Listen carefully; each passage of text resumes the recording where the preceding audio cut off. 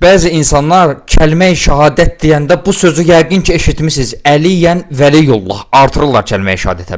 Məsələn, İslam dinində kəlmə-i şəhadət nədir? Yəni bir insanı müsəlman edən nədir? İslam dininə daxil edən nədir? Kəlmə-i şəhadətdir. Yəni əşhədü ən la ilahə illallah və əşhədü ennə Muhammedin abduhu və rasuluhu.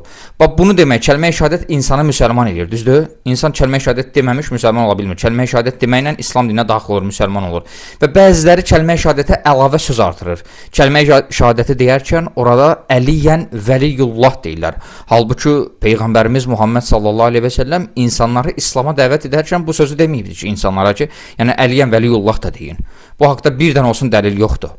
Yəni bu artırılmadır bu kəlmə-i şəhadətə. Bu yoxdur kəlmə-i şəhadətdə Əliyən Vəliyullah kəlməsi. Kəlmə-i şəhadətdə iki cümlədir. Nədir?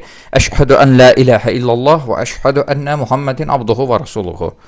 Yəni bu qədər. Əliyən Vəliyullah yoxdur kəlmə-i